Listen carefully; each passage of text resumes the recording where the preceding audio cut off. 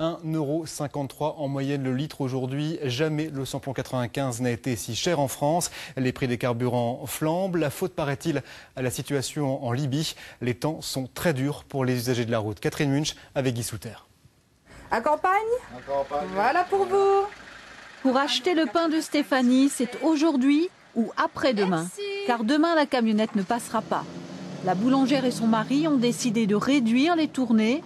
Désormais, ce sera 1 jour sur 2 pour cause de carburant trop cher. C'est un peu compliqué à gérer parce que la clientèle n'arrive pas forcément à s'adapter. C'est ce que je peux comprendre aussi.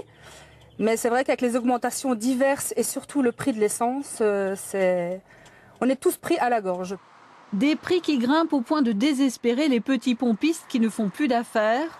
Mais même dans les grandes stations qui vendent le litre jusqu'à 10 centimes moins cher, c'est encore trop pour les clients. Là, je viens de faire mon plein, je viens d'en avoir pour 70 €. Je crois que ça va devenir un sacré luxe de prendre sa voiture. Donc j'ai hâte que tout ça rebaisse. C'est vrai que j'ai quand même un peu changé. Je fais moins de kilomètres honnêtement.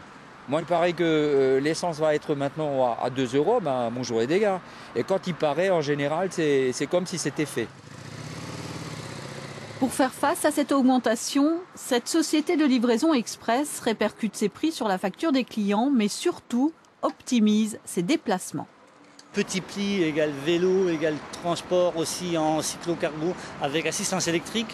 Plus grand pli va être rentré dans des véhicules un peu plus grands. Et puis plus on pourra regrouper de choses dans un même véhicule, plus on pourra minimiser le coût carburant du transport.